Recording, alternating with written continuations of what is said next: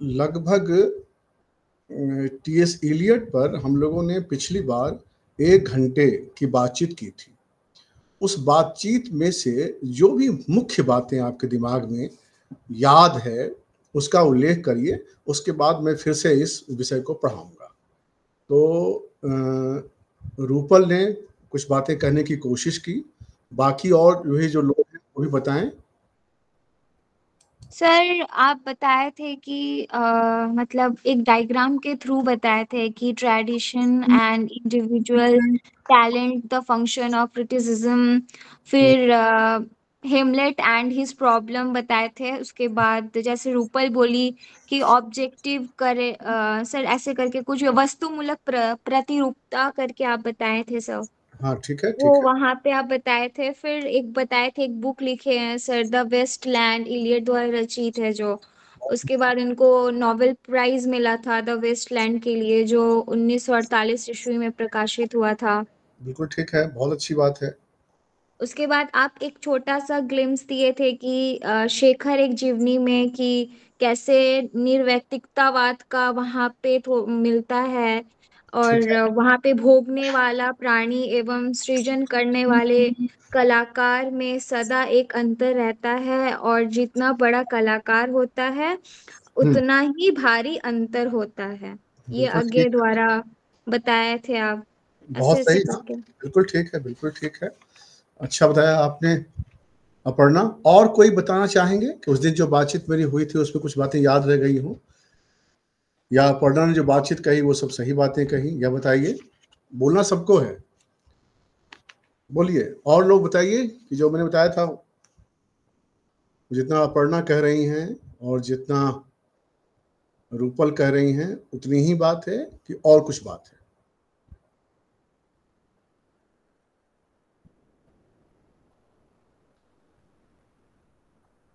बताइए। प्रिया हैं, पायल हैं, अंजलि हैं, रिया हैं, मिलिंद कुमार मिश्रा। आवाज आ रही है मिलिंद कुमार मिश्रा को? Yes sir. चलिए, आप किस सेंटर के विद्यार्थी हैं? सर कोलकाता। कोलकाता केंद्र पर। उस दिन आप थे जब मैं बात कर रहा था आपके सेंटर पर तब? नहीं सर, उस दिन मैं ज्वाइन नहीं हो पाया था। अच्छा, कोई बात नहीं है। बताइए प्रिया, आवाज मेरी आ रही है आपको? जी सर। चलिए ठीक है। तो कुछ बातें याद, आप उस दिन क्लास में थी कोलकाता सेंटर पर? जी सर, थी मैं। कुछ बातें याद आ रही हैं? नहीं पायल, सर। पायल आपको याद आ रही हैं?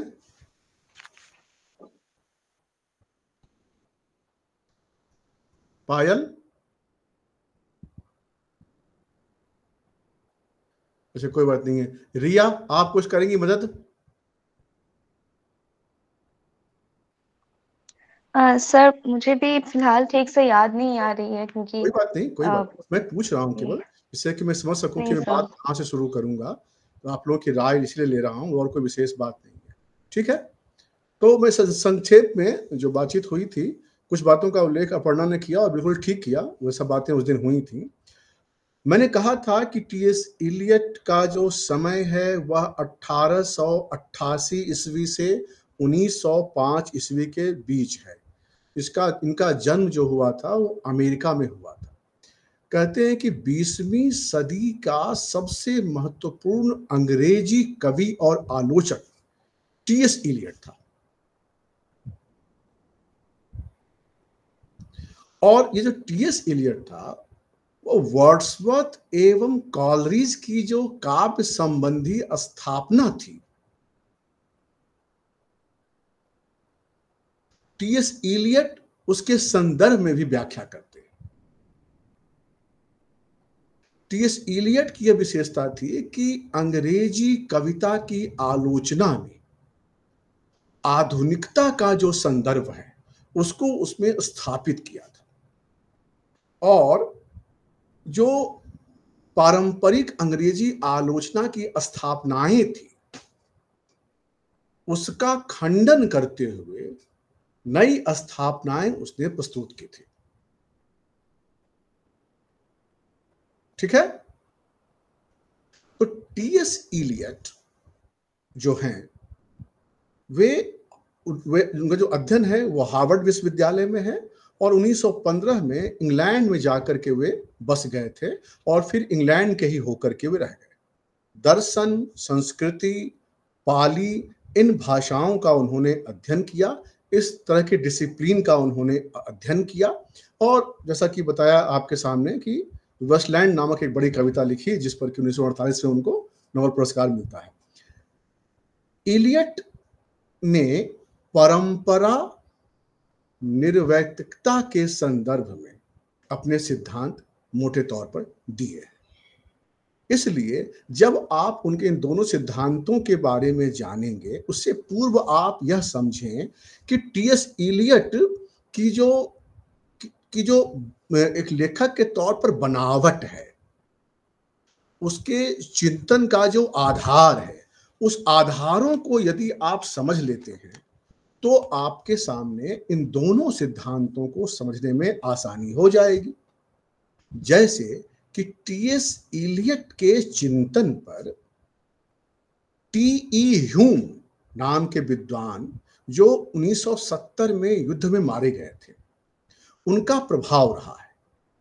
जो टी.ई. ह्यूम है, उन्होंने ही सबसे पहले परंपरा के संबंध में अपनी धारणा प्रस्तुत की थी। तो टी.ई. ह्यूम द्वारा बताई गई परंपरा की धारणा को टीएस इलियट ने अपने दृष्टिकोण से आगे बढ़ाया और हम जानते हैं कि टीएस इलियट का यह परंपरा वाला सिद्धांत बहुत महत्वपूर्ण हो गया। तो पहला प्रभाव मैंने क्या बताया आपको, किसका? टी.ई. ह्यूम का। दूसरा प्रभाव जो उन पर पड़ा, और प्रभाव बल्कि वो दोस्त भी रहे हैं रिचर्ड्स के, इसके टीएस इलियट के, उसका नाम मैंने बताया था एजरा पाउंड। एजरा पाउंड एक बड़ा कवि हुआ आगे, और वह जो बड़ा कवि हुआ एजरा पाउंड, तो एजरा पाउंड और टीएस इलियट के साथ उसकी दोस्ती थी। कहते हैं कि द वेस्टलैंड कविता जब उसने लिखी टीएस इलियट ने, तो वह कविता पढ़ने के लिए एजरा पाउंड को दिया। एजरा पाउंड ने उस कविता को न केवल पढ़ा बल्कि उसको संपादित भी किया, यानी कि उस कविता में कुछ नई बातें उसने जोड़ी भी और कुछ बातों को उसमें हटाया भी। इतना अधिकार एजरा पाउंड को था टीएस इलियट के साथ दोस्ती में। तो एजरा पाउंड के साथ जो उसकी दोस्ती थी और टीएस इलियट की जो आलोचना संबंधी दृष्टिकोण का विकास हुआ, उस पर एजरा पाउंड का भी असर है और एक और विद्वान का असर है जिसका आप नाम जानते हैं, रिचर्ड्स का। रिचर्ड्स के भी परंपरा संबंधी धारणा और आलोचना संबंधी धारणा का प्रभाव टीएस इलियट के आलोचना पर पड़ता है। एक और, टीएस इलियट अपनी बात को आगे बढ़ाने के लिए या अपने सिद्धांत को परिष्कृत करने के लिए मैथ्यू आर्नोल्ड को भी उसने बहुत पढ़ा था। तो टीएस इलियट ने मैथ्यू आर्नोल्ड के बारे में जो कुछ पढ़ा उसकी उसने आलोचना प्रस्तुत की और उस आलोचना के माध्यम से भी टीएस इलियट की जो आलोचना दृष्टि थी वह विकसित होती है। इस तरह से टीएस इलियट के पूरी बनावट को अगर आप देखेंगे तो एक तरफ इन सभी विद्वानों का उस पर प्रभाव है, उस पर असर है, उसके कृतियों का उसने अध्ययन किया, उसके विचारों का अध्ययन किया और उसकी आलोचना की। ठीक है, एक तो ये हो गया पार्ट उसके मस्तिष्क, टीएस इलियट के मस्तिष्क को समझने के लिए। अब दूसरा कि इन सभी चिंतकों, विचारकों के चिंतन को, उनकी कृतियों को, उनकी मान्यताओं को पढ़ने के बाद जो उनके मस्तिष्क पर प्रभाव पड़ा, जो उनकी आलोचना दृष्टि पर प्रभाव पड़ा, और टीएस इलियट नाम के कवि और आलोचक बनकर के जो हमारे सामने आते हैं, तो उनको हम एक ट्रायंगल, एक त्रिकोण के माध्यम से समझ सकते हैं कि वे उनके मस्तिष्क में या उनकी आलोचना दृष्टि में किस तरह की चीजें किस किस के साथ मिल करके संचालित थी। ठीक है, तो उन विद्वानों का नाम आप याद रखें और उन नामों के संदर्भ से आप एक त्रिकोण बनाएं अपने अपने नोटबुक में। बना रहे हैं? जी सर। आप सभी लोग, अब नोटबुक है किसी के पास कि नहीं? ऐसे लोग घूम रहे हैं कहीं बाहर? नहीं सर, जी घर सर पे है। है। तो वो कीजिए और बनाइए जरा, ठीक है? और जब वो ट्रायंगल बन गया, त्रिकोण बन गया, तो उसके ऊपर, उसके बीच में लिखिए आप सेंटर में टीएस इलियट, ठीक है? लिख लिया? जी सर। तो उस ट्रायंगल के सबसे टॉप में, ऊपर में लिखिए कि राजनीतिक दृष्टि, डैश दीजिए, राजसत्तावादी।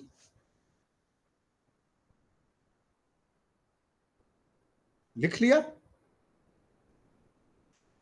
जी सर, लिख लिया। जो सेंटर में आपने टीएस इलियट लिखा है, वहीं पर ये बात जोड़ दीजिए, टीएस इलियट की चिंतन दृष्टि, आप ये लिख लीजिए सेंटर में, टीएस इलियट की चिंतन दृष्टि। तो बात और स्पष्ट होगी कि आप ऊपर जो लिख रहे हैं राजनीतिक दृष्टि डैश राजसत्तावादी, ठीक है? लिख लिया? जी सर, लिख लिया।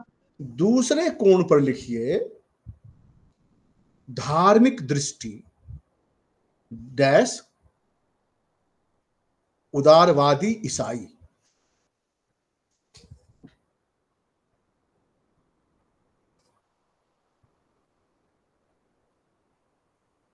सर उदारवादी। उदारवादी ईसाई, जो धार्मिक दृष्टि थी टीएस इलियट की, वह उदारवादी ईसाई। लिख लिया? जी सर। अब तीसरे कोण पर लिखिए साहित्यिक दृष्टि, डैश दीजिए और लिखिए परंपरावादी।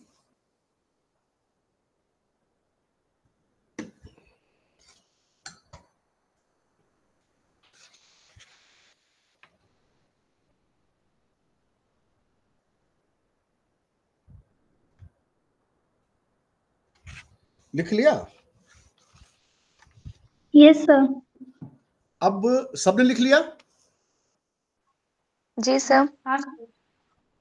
अब जरा अपनी आंख के सामने उस कोण को रखिए और ध्यान से देखिए कि टीएस इलियट की जो चिंतन दृष्टि है, उसके चिंतन दृष्टि में जो राजनीतिक दृष्टि शामिल है वह राजसत्तावादी दृष्टि शामिल है। धार्मिक दृष्टि में ईसाई धर्म का जो उदारवादी स्वरूप है तो वह शामिल है, और साहित्यिक दृष्टि में परंपरावादी दृष्टि शामिल है। ये जो परंपरावादी दृष्टि है यह फ्रांसीसी साहित्य से जो प्रतीकवादियों के माध्यम से निकला था, उसका ये असर है, ठीक है ना? मैंने ऊपर एजरा पाउंड का उल्लेख किया है, ये ध्यान रखिएगा। तो ये आप मोटे तौर पर समझ लीजिए कि ये है किसकी दृष्टि? टीएस इलियट की दृष्टि, साहित्यिक भी, राजनीतिक भी और धार्मिक भी, ठीक है? अब इन दृष्टियों के हवाले से उसने 3 बातों का जो है ना मजबूती के साथ अपने पूरे साहित्यिक आलोचना में सामने लाया। पहला कि अब तक जो चली आ रही दृष्टि थी सर्वग्रासी वैयक्तिकता, माने वैयक्तिकता जो थी, उस वैयक्तिकता में सब कुछ शामिल था, उसका तिरस्कार किया। यानी वैयक्तिकता का तिरस्कार एक, और तो ये केवल तिरस्कार ही नहीं किया कि तिरस्कार करने के बाद उसने एक नई दृष्टि दी। इसका क्या नाम है? निर्वैयक्तिकता सिद्धांत का सृजन। ये दूसरा काम उसने किया। और तीसरा किया काम उसने परंपरा के प्रति निष्ठा की स्थापना, ठीक है? अब हम इन्हीं बातों के इर्द गिर्द चारों तरफ अपनी बात करेंगे। ठीक है ना? इतनी बातें स्पष्ट हो पा रही है ना आप लोगों को? जी सर। जी सर। एकदम क्लियर होना चाहिए, क्योंकि बाद में फिर कोई उलझाव आपके दिमाग में ना हो, इतना ध्यान रखना है। इतनी बातें स्पष्ट हैं? जी सर, अगर उलझाव होगा भी तो फिर से आपसे पूछ लिया जाएगा। हाँ, क्यों नहीं, बिल्कुल बिल्कुल, लेकिन मैं कोशिश करूंगा कि इस बार आपको कुछ उलझाव ना हो। ठीक है? तो सबसे पहले टीएस इलियट की परंपरा के बारे में हम बात करते हैं। ठीक है? ठीक है सर। तो परंपरा शब्द हम जब बोलते हैं तो आप यह समझिए कि परंपरा एक समाज शास्त्रीय पद है, सोशोलॉजिकल टर्म है। ठीक है? लेकिन सामान्य रूप से हम इसे जब समझते हैं परंपरा को, तो हमारे ध्यान में इस समाजशास्त्रीय पद का ध्यान उतना नहीं रहता है, बल्कि हम समझते हैं कि परंपरा का मतलब हुआ, और ये बात सही भी है कि परंपरा शब्द का उपयोग करते हुए हम कहते हैं कि अतीत से चली आ रही प्रथाएं, रीति रिवाज, ये सभी क्या है? परंपरा है। जो प्रथाएं हैं, जो रीति रिवाज, वह परंपरा है। इतना आप लोग स्पष्ट रूप से ध्यान रखिए इस बात, परंपरा के बारे में बात करते हुए, कि परंपरा में रूढ़ियों का कोई स्थान नहीं है। यानी जो रीति रिवाज में रूढ़ियां शामिल है, उस रूढ़ियों का कोई जगह नहीं है परंपरा में। यानी कि रूढ़ी नहीं होना चाहिए। यानी कि लंबे समय से, इतिहास के लंबे अवधि से जो आचार व्यवहार हम करते आ रहे हैं, वह हमारी परंपरा है। ये हम क्या करते हैं? आम बोलचाल की भाषा में परंपरा को ऐसे समझते हैं। समाज शास्त्रीय दृष्टि से अगर मैं इसके बारे में बात करूं, तो आपके सामने यह कहूंगा कि परंपरा वह है जिसमें अतीत, वर्तमान और वर्तमान से भविष्य की तरफ जाने की निरंतरता बनी हुई है। परंपरा वह है। यानी कि परंपरा में एक ही साथ अतीत की आवाजें हैं, वर्तमान की ध्वनियां हैं और भविष्य के संकेत हैं। इसलिए परंपरा कोई स्थिर इकाई नहीं है कि यहां से यहां तक परंपरा ही है। परंपरा निरंतरता में है। परंपराएं कभी खत्म नहीं होती। अतीत भी है, वर्तमान भी है और उसमें भविष्य के संकेत भी है। इसका अर्थ यह हुआ कि परंपरा कोई जड़ नहीं है, जो इसमें केवल इतिहास की ही बात, पुरानी बात, जो पुराने रीति रिवाज थे, जो पुरानी प्रथाएं थी, सिर्फ उसकी ही बात परंपरा में की जाती है कि हमारी परंपरा तो यह थी। बातचीत में लोग कहते हैं ना कि हमारी परंपरा तो यह थी। तो परंपरा की थी नहीं होता है, परंपरा है होता है, जो पहले से चली आ रही है, आज भी है और आगे भी उसमें नया होने की संभावना बनी होती है। तो तात्पर्य यह हुआ कि परंपरा अतीत से भी जुड़ी होती है, वर्तमान तो उसमें है ही, और भविष्य के भी उसमें संकेत छुपे हुए होते हैं। बात समझ में आ रही है परंपरा के बारे में? इतनी यहां तक क्लियर है? जी सर। तो इसका मतलब क्या हुआ कि परंपरा कोई जड़ धारणा नहीं है। परंपरा एक गतिशील धारणा है। ठीक है?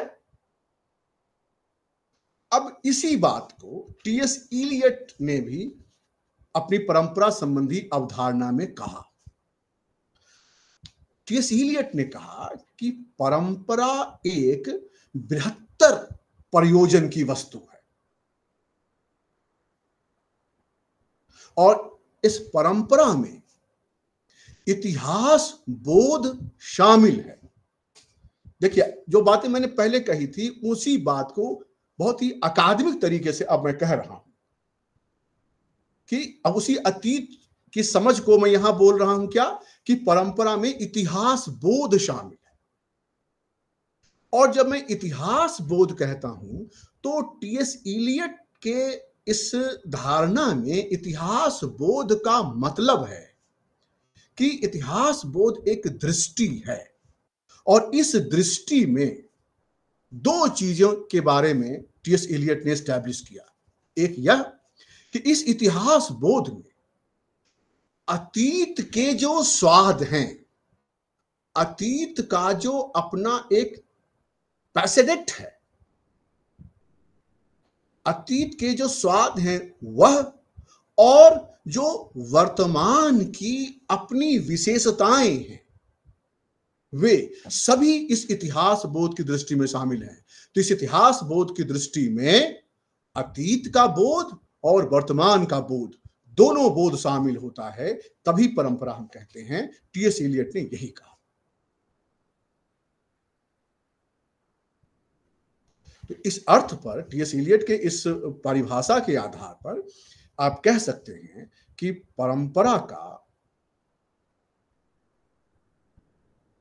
के बारे में चिंतन, उसका अपने एक निश्चित उद्देश्य और एक बड़े महत्वपूर्ण लक्ष्य के साथ आगे बढ़ता है।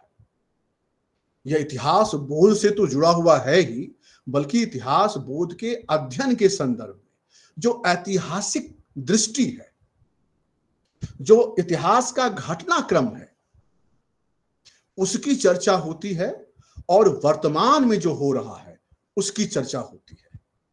यानी कि परंपरा एक स्तर पर कई मोर्चों पर काम करती है, अतीत के मोर्चे पर भी और वर्तमान के मोर्चे पर भी, और उसमें भविष्य के किस दिशा में जाएगा उसके संकेत भी छिपे रहते हैं। ठीक है, इतनी बात ठीक है? आप लोग बोलेंगे नहीं तो कैसे चलेगा, पता मुझे। जी सर। ठीक है। अब इसी धारणा को टीएस इलियट ने tradition and the individual talent नाम का एक महत्वपूर्ण लेख लिखा, और ये सबसे चर्चित लेख है टीएस इलियट का। आपको हमेशा इसका नाम याद रखना चाहिए। फिर से दोहराता हूं, tradition and the individual talent. Hindi हुआ इसका परंपरा और व्यक्तिक प्रतिभा। ठीक है। तो जी सर। तो इसमें दो पद हुए। दो पद क्या हुए? परंपरा और व्यक्तिक प्रतिभा, इंडिविजुअल टैलेंट और ट्रेडिशन। यही है ना? यही तो दो पद है महत्वपूर्ण। ठीक कह रहा हूं ना? ट्रेडिशन और इंडिविजुअल टैलेंट। अब ये दो पद है। टीएस इलियट का यह कहना है कि एक रचनाकार के भीतर जो टैलेंट है वह तब तक बहुत अच्छे तरीके से सामने नहीं आ सकता जब तक कि उसमें परंपरा का बोध नहीं। यानी रचनाकार की जो व्यक्तिक प्रतिभा और जो उसमें रचनाशीलता है, उसके बारे में विस्तार से टीएस इलियट ने अपने इस निबंध में लिखा है।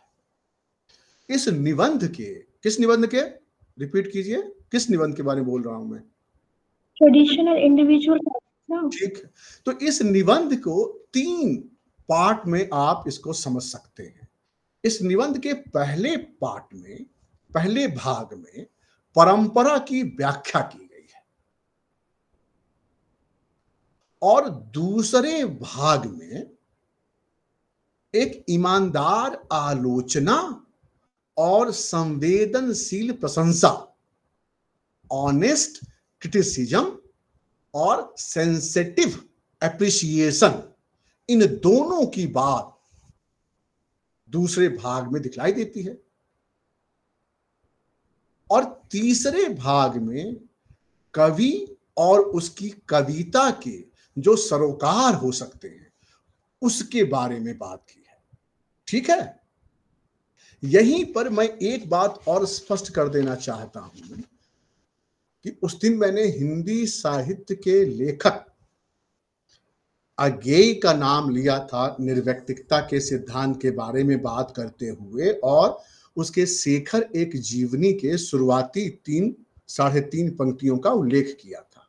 आज मैं फिर एक बार अज्ञेय का उदाहरण ले रहा हूं इस ट्रेडिशन एंड इंडिविजुअल टैलेंट के साथ जोड़ करके।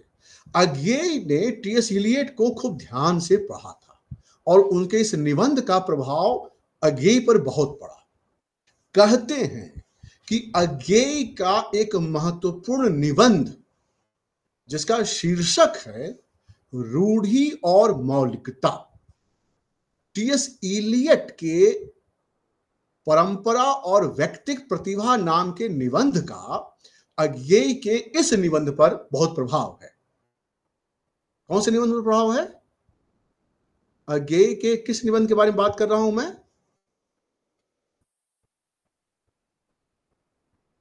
अज्ञेय के मौलिक, आप भूल गए वो मौलिक नहीं, रूढ़ि शेखर एक जीवनी नहीं, वो तो बात हो गई।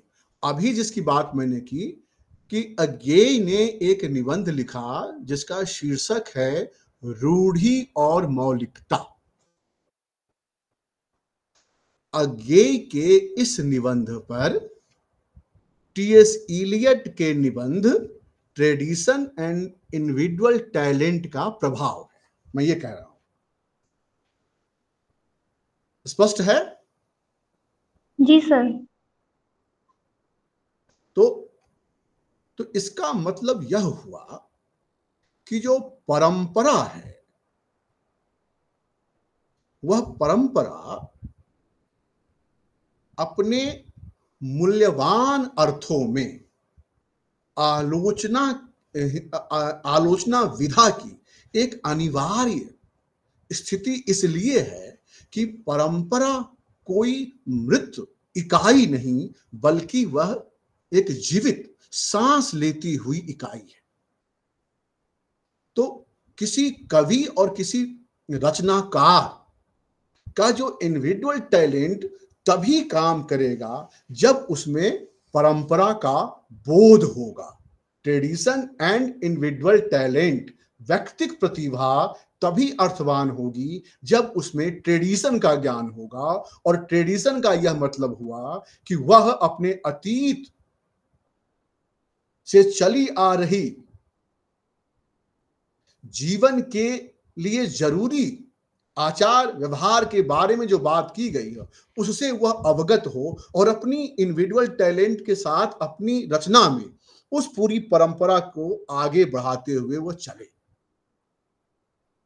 ठीक है, तो परंपरा के मूल्य को ग्रहण करने का एक तरीका है जिसके बारे में टी.एस. इलियट ने अपने इस निबंध में यह कहा है। इलियट के ऐसा मानने का अर्थ यह हुआ कि उसने कहा कि कवि निश्चय ही अपने पूर्ववर्ती कवियों को ध्यान में रखता है, यह उसका इतिहास बोध है। साथ ही साथ उसने यह कहा कि उसका बोध के साथ साथ जो वर्तमान में विद्यमान विशेषताएं हैं उन विशेषताओं को भी कवि या रचनाकार अपने इतिहास बोध में शामिल करता है, अपनी परंपरा से जोड़ता है। यानी कोई भी रचनाकार केवल अपनी पीढ़ी के बारे में नहीं बल्कि अपने पूर्व की पीढ़ी की पूरी परंपरा को ध्यान में रख करके जो लेखन करता है वही रचनाकार महत्वपूर्ण माना जाता है। तो कभी कोई ये बात कहे कि यह रचनाकार जो है बहुत ही पारंपरिक है तो लोग उसका सीमित अर्थ निकालते हैं कि पारंपरिक मतलब पीछे छूटा हुआ, पिछड़ा हुआ लेखक, लेकिन नहीं।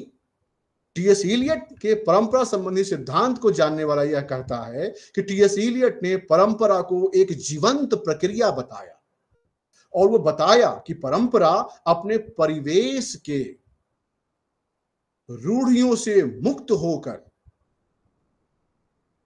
अपने समय की अनिवार्यताओं और आवश्यकताओं के अनुसार निरंतर क्रियाशील रहने वाली प्रक्रिया है, और इसलिए यह जीवंत प्रक्रिया है और यह लेखक के टैलेंट में, लेखक की प्रतिभा में होना आवश्यक है। ठीक है, बात स्पष्ट हो रही है? जी सर। जी सर। इसी बात को टी.एस. जी इलियट सर। इसी बात को टी.एस. इलियट ने अनेक तरीके से अपने इस निबंध में बताया है और समझाने की कोशिश की है। उसने यह भी कहा है कि कोई भी कवि, किसी भी कला का कोई भी कलाकार अकेले अपने स्तर पर सार्थक नहीं होता। कोई भी कलाकार या उसकी कोई भी कला अकेले लेकर के सामने आएगा तो सार्थक नहीं होगा, जब तक कि उसमें उससे पहले की परंपरा की आहटें, आवाजें सुनाई नहीं देती। मैं इसको बहुत ही समझाने के अर्थ में कहता हूं कि एक आप में से जो लोग भी हैं, तो आप में से कोई भी अकेले कोई है क्या? अकेले होने का क्या अर्थ है? जब तक कि कोई सामने दूसरा हो नहीं। आपके सामने जब तक कोई दूसरा नहीं होगा तब तक आप कुछ भी नहीं। और दूसरा उसकी पहचान के संबंध में ये दूसरा का होना महत्वपूर्ण है, क्योंकि आप हैं। यह बात बताने के लिए हमें यह बताना होगा कि जो सामने वाला है उससे ये अलग है। ऐसे कैसे कह सकते हैं कि ये अलग है? तो अलग इसमें क्या है? तो अलग इसमें यह है कि वह इसमें जो चीजें हैं उससे यह भिन्न है, इसलिए वह यह है। तो दूसरे का होना हमारे होने में शामिल है। दूसरे मनुष्य के होने का जो अस्तित्व है, उसके होने से ही हमारा होना है। हम अकेले कुछ भी नहीं है, हमें हमसे पहले के लोग शामिल हैं और हमें आने वाले जो लोग हैं उसकी संभावनाएं, है ना? जी सर। तो प्रतिभा, इंडिविजुअल टैलेंट का मूल्यांकन अकेले में नहीं हो सकता, बल्कि वह पूरी परंपरा जो घटित हुई है उसके साथ जुड़ करके ही होगा। ठीक है, अब मैं अपनी इस बात को, परंपरा की इस बात को कंक्लूड करूंगा और कंक्लूड करने में 3 पॉइंट आपके सामने रखूंगा। एक, कि कोई भी रचनाकार या कलाकार अपनी परंपरा से अलग हटकर पूरी तरह पृथक होकर रचना नहीं कर सकता।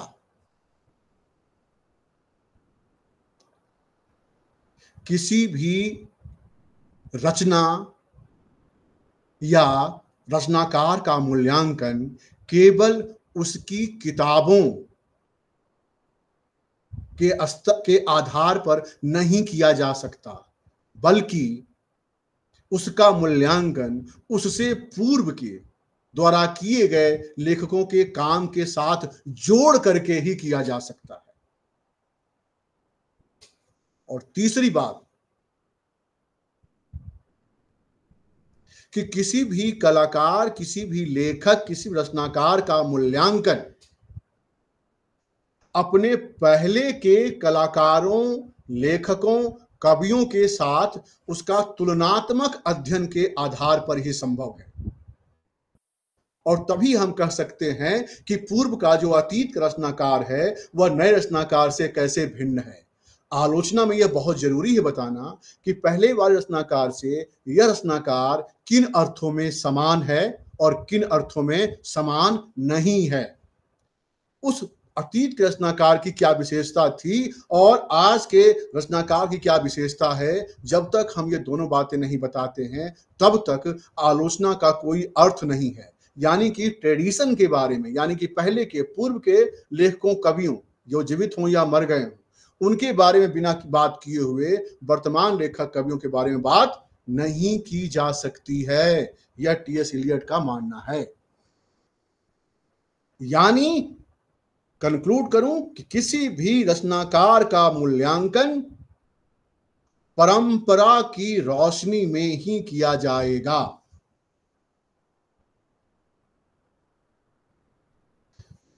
उदाहरण कि आज अगर आप तुलसीदास की कृति रामचरितमानस का मूल्यांकन करते हैं या उसकी आलोचना करते हैं तो आपको यह पहले मालूम होना चाहिए कि वाल्मीकि ने एक रामायण पहले लिखी थी।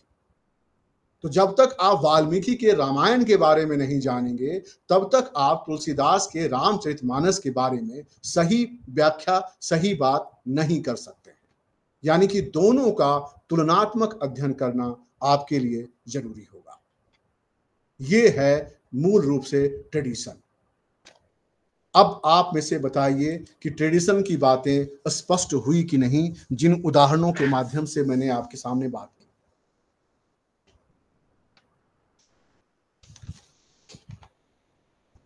ट्रेडिशन के बारे में बात स्पष्ट हुई कि नहीं, बताइए। जी सर, स्पष्ट है। ज्योति ने बताया कि स्पष्ट है। और लोग? जी सर। जी सर, स्पष्ट है बातें। जी सर। परंपरा के बारे, टी.एस. इलियट की परंपरा के बारे में कोई कंफ्यूजन? यदि इस पर प्रश्न आता है तो इसका उत्तर लिखने में कोई असुविधा? No sir. नहीं सर। ठीक है, तो परंपरा कंप्लीट हुआ। निर्वैयक्तिकता के बारे में जो बात मैंने पूर्व में कही थी उसमें मुझे आगे और भी बात कहना है। आप चाहते हैं? जी सर, निर्वैयक्तिकता वाला क्वेश्चन थोड़ा दिक्कत है मेरे लिए। कोई बात नहीं। और किसी को दिक्कत है निर्वैयक्तिकता को लेकर के? जी सर। यस सर, मुझे अभी थोड़ा सा कॉन्सेप्ट क्लियर नहीं है।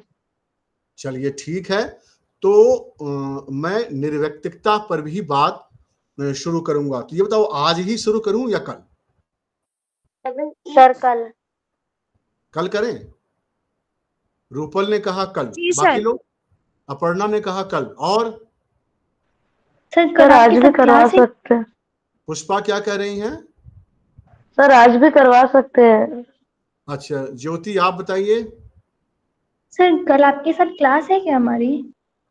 कल शुक्रवार है ना? जी सर। हाँ जी, कल तो नहीं होगा। फिर मैं आपको बुधवार और बृहस्पतिवार को ही सर पढ़ाऊंगा। आज ही करवा दीजिए। एक्चुअली हम लोगों को असाइनमेंट में भी ये क्वेश्चन मिला है लिखने के लिए। आज मिला अगर है? समझ जाते हैं तो थोड़ा हमें लिखने में भी सुविधा होगी। तो मिला है क्या असाइनमेंट में? यस जी सर। सर। अच्छा, तो आप देख लीजिए कि आपके सभी साथी तैयार हैं। जी सर, आज ही क्लास में आज ही ये वाला टॉपिक करवा दीजिए सर। तो यस सर, आज आज ही करवा दीजिए। एक और जगह मुझे काम करना, लेकिन मैं इस पर थोड़ी सी चर्चा और कर लेता हूं जिससे कि आप लोगों को बातें स्पष्ट हो जाएं। ठीक है? संक्षिप्त में ही सर समझा दीजिए ताकि हाँ हाँ हाँ, जो डाउट्स है वो क्लियर हो जाए। बिल्कुल बिल्कुल बिल्कुल। तो निर्वैयक्तिकता के संबंध में जो महत्वपूर्ण बात है वह ट्रेडिशन के बारे में जो बात मैं कह रहा था कि टी.एस. इलियट ने परंपरा के परिप्रेक्ष्य में वैयक्तिक प्रतिभा की व्याख्या की, इंडिविजुअल टैलेंट के बारे में बताया कि उस इंडिविजुअल टैलेंट में क्या होना चाहिए। ठीक है ना? इंडिविजुअल टैलेंट में क्या होना चाहिए, मतलब उसमें परंपरा का बोध होना चाहिए। स्पष्ट है? जी सर। जी ठीक सर। है, ठीक है। तो टी.एस. इलियट ने अपनी परंपरा संबंधी धारणाओं के बारे में बात करते हुए इलियट मानते हैं कि कविता में न तो ध्यान से समझिएगा, कविता में न तो भावनाओं की अभिव्यक्ति को प्रमुखता दी जाती है, न ही कवि के व्यक्तित्व के प्रदर्शन की। देखिए, निर्वैयक्तिक होना है हमको, निर्वैयक्तिकता का सिद्धांत जानना है। तो निर्वैयक्तिक तभी हो पाएंगे जब हम रचनाकार का, आपका रचनाकार मतलब आप भी हो सकते हैं, कि आपका जो अपना व्यक्तित्व है उस व्यक्तित्व का प्रदर्शन आपकी रचना में नहीं होना चाहिए। आपकी जो अपनी निजी भावनाएं हैं उन निजी भावनाओं का प्रदर्शन आपकी कविता में नहीं होना चाहिए। यानी कि रचना में, ध्यान से समझिए, यहीं पर विद्यार्थी को दिक्कत होती है समझने में। कोई भी रचनाकार अपनी रचना में स्वयं के बारे में अभिव्यक्त नहीं करता है। यानी कि जो रचनाकार रचना करते हुए अपने व्यक्तित्व को उससे निकाल लेगा, वही रचनाकार महत्वपूर्ण है। यानी अपनी रचना में, जो रचना हम कर रहे हैं, कविता, कहानी या उपन्यास, जो कुछ भी लिख रहे हैं, उस कविता, कहानी, उपन्यास में जो कथा कह रहे हैं और जो कैरेक्टर हम ला रहे हैं, उस कैरेक्टर पर अपना विचार नहीं थोपेंगे, अपनी इच्छा नहीं थोपेंगे, अपनी मूल भावनाओं को नहीं थोपेंगे, बल्कि कैरेक्टर जिस कथा में आया है उस कथा के हिसाब से ही आगे बढ़ेगा। यानी रचनाकार का व्यक्तित्व अपनी रचना में अनुपस्थित होना चाहिए, यही निर्वैयक्तिकता है। वैयक्तिकता के विरुद्ध निर्वैयक्तिकता खड़ी है। निर्वैयक्तिक नहीं, हम इसमें रचनाकार कुछ भी नहीं है। एक निरपेक्ष हो करके रचना करने की मांग टी.एस. इलियट करते हैं और वही रचना वो महत्वपूर्ण मानते हैं। इसको ऐसे समझते हैं, टी.एस. इलियट ने जो कहा कि निर्वैयक्तिकता की प्रक्रिया में कला को विज्ञान की स्थिति में पहुंचना होता है। और मैंने उस दिन भी ये उदाहरण दिया था। वो उदाहरण आपको, चूंकि टी.एस. इलियट के बारे में जब बात होती है तो इस उदाहरण की बात हर कोई करता है। आप भी जब किताब पढ़ेंगे तो आपके सामने भी यही एग्जाम्पल आएगा। आप चाहें तो अपने मन से दूसरा एग्जाम्पल भी कह सकते हैं। जैसे मान लो मैं किताब में जो एग्जाम्पल दिया हुआ है तो उसे हम दूसरे अर्थों में कहने की कोशिश करते हैं और मैं सोचता हूं कि दूसरे अर्थों में आपको कैसे समझा सकता हूं। जैसे मान लीजिए कि कोई ऐसे हमें डिश बनाना है तो जिसमें दो चीजें शामिल की जानी है, और जब दो चीजें हम शामिल कर देते हैं तो जो तीसरी चीज बनती है उसमें दोनों का अस्तित्व रहता तो है लेकिन दिखलाई नहीं देता।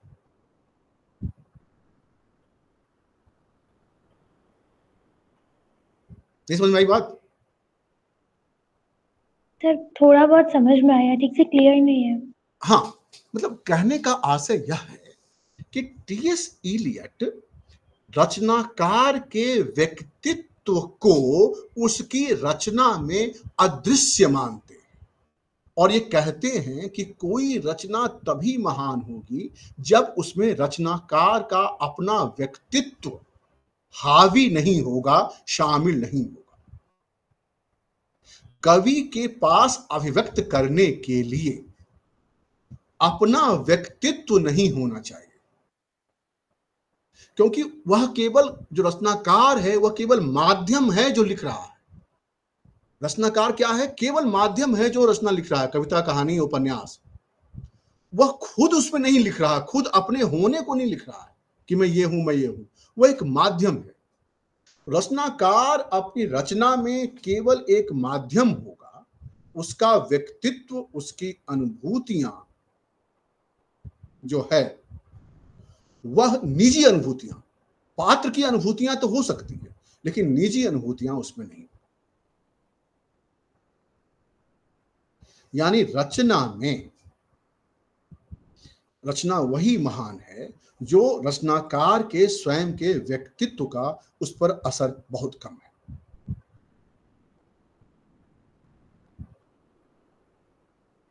बात समझ में आ रही है कुछ? जी सर। जी सर।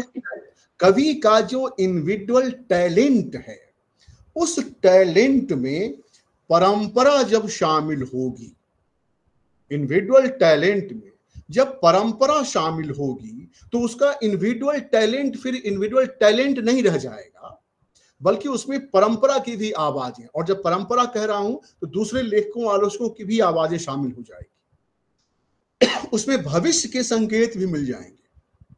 तो एक कवि ऊपर से इन सब चीजों को देख रहा है और उसके हिसाब से स्वयं को उस पर बैठ नहीं जा रहा है, अपने होने को प्रभावित नहीं कर रहा है उसके लिखने में, बल्कि जो चीजें चली आ रही हैं उसकी निरंतरता में ही वह लिख रहा है। तभी वह निर्वैयक्तिक लेखन कहला रहा है। निर्वैयक्तिकता के सिद्धांत की मूल बात यही है कि रचनाकार का जो स्वयं का व्यक्तित्व है वह रचना को प्रभावित नहीं करेगा।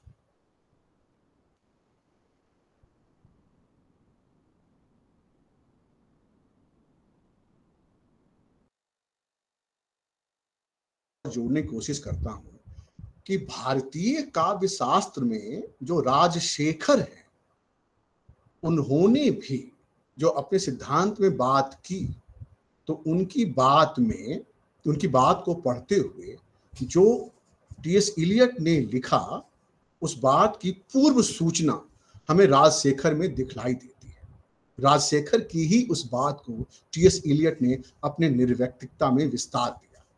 राजशेखर ने यह कहा कि जो प्रतिभा, टैलेंट, वह शक्ति है जो कवि के हृदय में शब्द के समूह को, अर्थ के समुदाय को, उक्ति के मार्ग को तथा अन्य काव्य की सामग्री को प्रतिभासित करता है। वही प्रतिभा है। मैं फिर से दोहराता हूं कि प्रतिभा वह है जिसके हृदय में शब्दों का समूह है, उन शब्दों के साथ साथ एक अर्थ का समुदाय है, कलेक्टिव समुदाय है। इंडिविजुअल नहीं बोल रहा हूं, अर्थ का एक समुदाय हो, और अपनी बात को कहने यानी कि अभिव्यक्ति के जो रास्ते हो वह अनेक हो, और इन सब के माध्यम से लेकर के वह कोई कवि अपनी कविता लिखता है, कोई काव्य लिखता है। ठीक है ना? यानी कि कवि की प्रतिभा के संदर्भ में यह बात की गई है कि कवि की जो ज्ञान है, जो प्रज्ञा है, वह नए नए संदर्भों, नए नए अर्थों के माध्यम से अभिव्यक्त होती है, और जो नए नए संदर्भ, जो नए नए अर्थ हैं, वह सामुदायिक चेतना के साथ आती है, ना कि केवल अपनी व्यक्तिगत प्रतिभा से। ठीक है ना? तो एक व्यक्ति, एक रचनाकार की प्रतिभा, जो उसका इंडिविजुअल टैलेंट है, उसमें अगर, मैं फिर से दोहरा रहा हूं, अगर परंपरा का समावेश है तो उसकी रचना भी निर्वैयक्तिक होगी। ठीक है?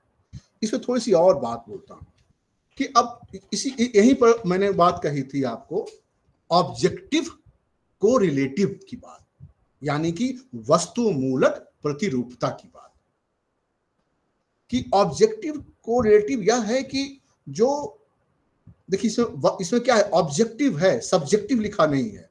ऑब्जेक्टिव का विपरीत है सब्जेक्टिव, सब्जेक्टिव इंडिविजुअल। ठीक है ना? तो जो सब्जेक्टिव है, तो रचना सब्जेक्टिव अगर है तो महान नहीं है, वो कवि महान नहीं है, रचनाकार महान नहीं है। रचना को ऑब्जेक्टिव होना है, और उसी में कहा ऑब्जेक्टिव कोरिलेटिव, यानी प्रतिरूपता। वस्तुगत जो सच्चाइयां हैं, उसी वस्तुगत सच्चाइयों में हर चीजों का संश्लेषण होता है।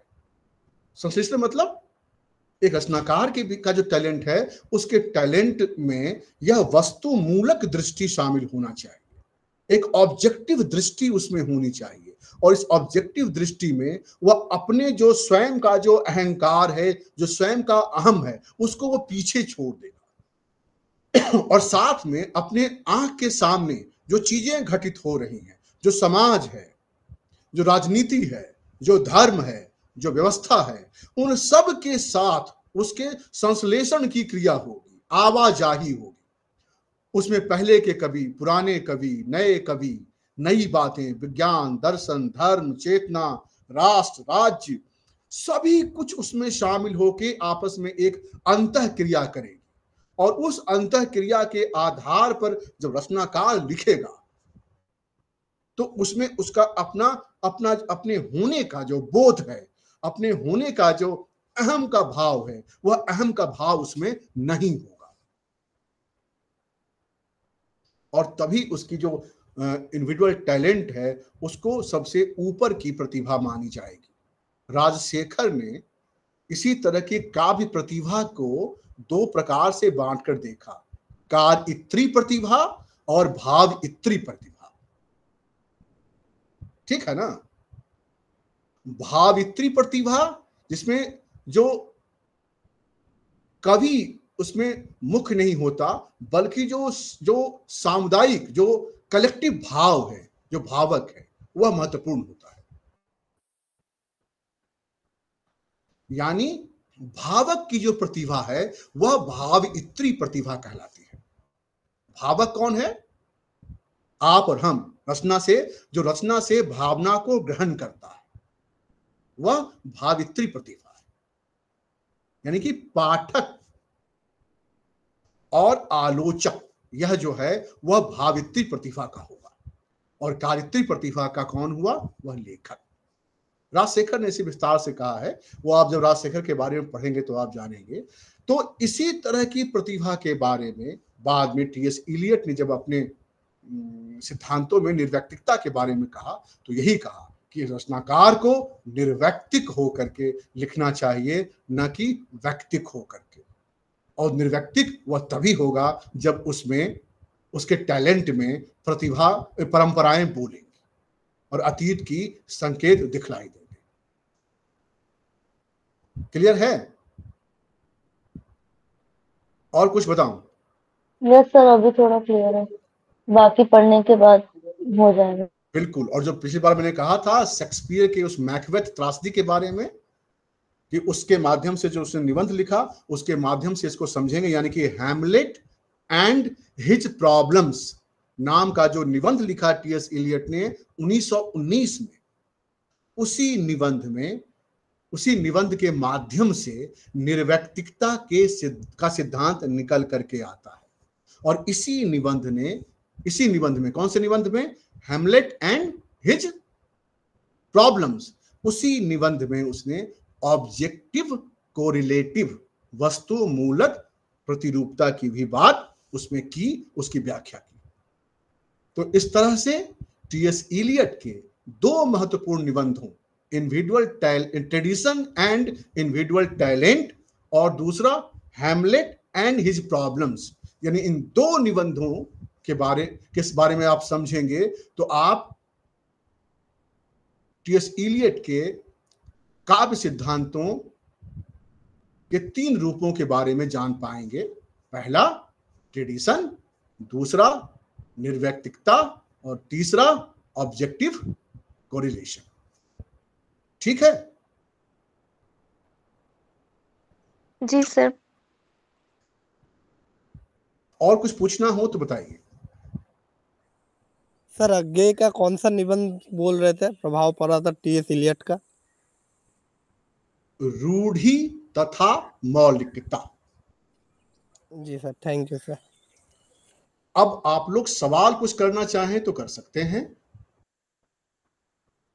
प्रश्न करने की खुली आजादी है मेरे इस क्लास में। या कोई टीका टिप्पणी करना चाहें कि हाँ बात समझ में आई या नहीं आई या क्या हुआ, अपनी कोई बात जोड़ना चाहें, सबकी छूट है, खुल करके आप बोल सकते हैं।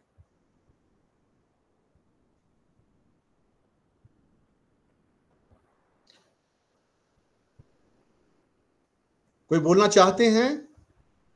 Sir T.S.. इलियट भी सर निर्व्यक्तिकतावाद का सिद्धांत देते हैं, लेकिन जहाँ से ये थे, और पाश्चात्य काव्य शास्त्रियों को भी, पाश्चात्य कवियों को भी हम देखते हैं कि वो लोग भी अभिव्यक्ति पे ही ज्यादा बल देते हैं, क्योंकि वहां से ही प्रभावित होकर हमारे भारतीय कवियों ने भी छायावाद को यहाँ पर, छायावाद के चीजें हम देखते हैं यहाँ पर। तो फिर सर इनका निर्वैतिकतावाद वहां पे नहीं हुआ बहुत कभी बढ़िया, भी? बहुत बढ़िया। टीएस इलियट ने तो स्वयं कहा इंडिविजुअल टैलेंट, कभी लिखेगा कैसे जब तक कि उसमें व्यक्तिक चेतना, उसे व्यक्तिक प्रतिभा, इंडिविजुअल टैलेंट का तो अर्थ ही हुआ ना व्यक्तिक प्रतिभा। तो जो उसका व्यक्तिक प्रतिभा है, वह प्रतिभा, व्यक्तिक प्रतिभा क्या? वह व्यक्तिक प्रतिभा है कि उसमें ऐसा टैलेंट जब वह पूरे ट्रेडिशन को समझता हो, वह है इंडिविजुअल टैलेंट। उसी की मांग कर रहे हैं टीएस इलियट कि इन tradition and individual talent, individual talent व्यक्तिक प्रतिभा वही है जिसमें प्रतिभाओं का, उसमें परंपराओं का ज्ञान, परंपरा से अलग होकर के कोई प्रतिभा व्यक्तिक प्रतिभा नहीं हो सकती है।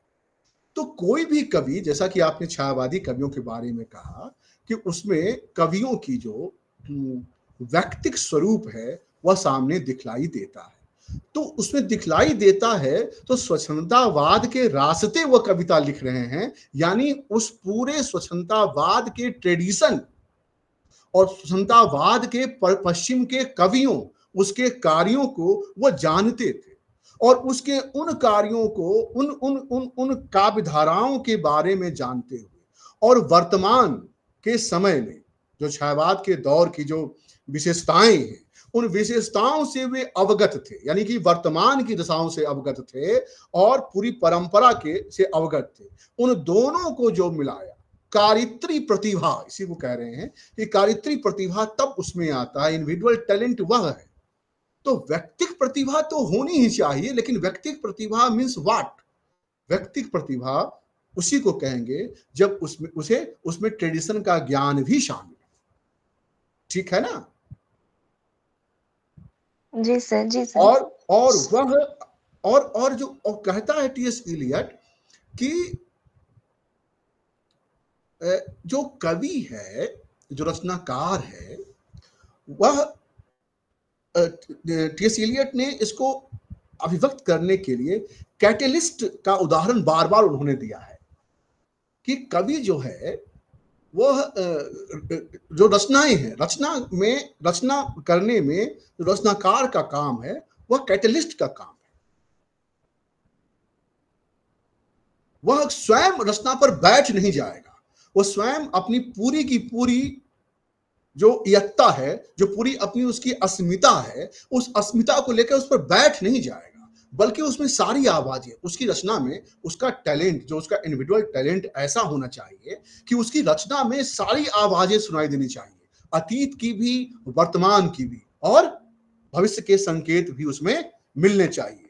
तो जब तक टीएस इलियट ने अपने निर्व्यक्तिकता में कहा कि कोई भी इंडिविजुअल टैलेंट तब तक नहीं है जब तक कि उसमें ट्रेडिशन नहीं बोलता है।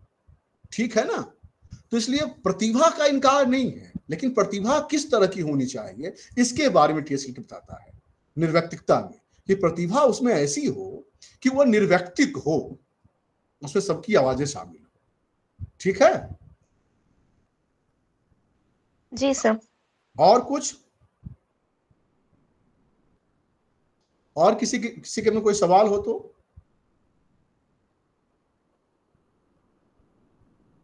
अभी तो नहीं।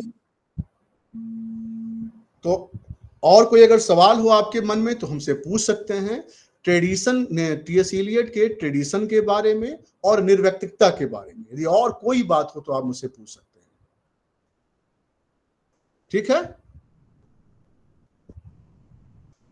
जी सर। चलिए ठीक है। तो कोई सवाल है किसी का? No sir. बात समझ में आ गई? जी सर। चलिए, बहुत बहुत धन्यवाद आप सब लोगों का। थैंक यू आपका भी सर। धन्यवाद सर। चलिए, बहुत बहुत धन्यवाद। Thank you sir.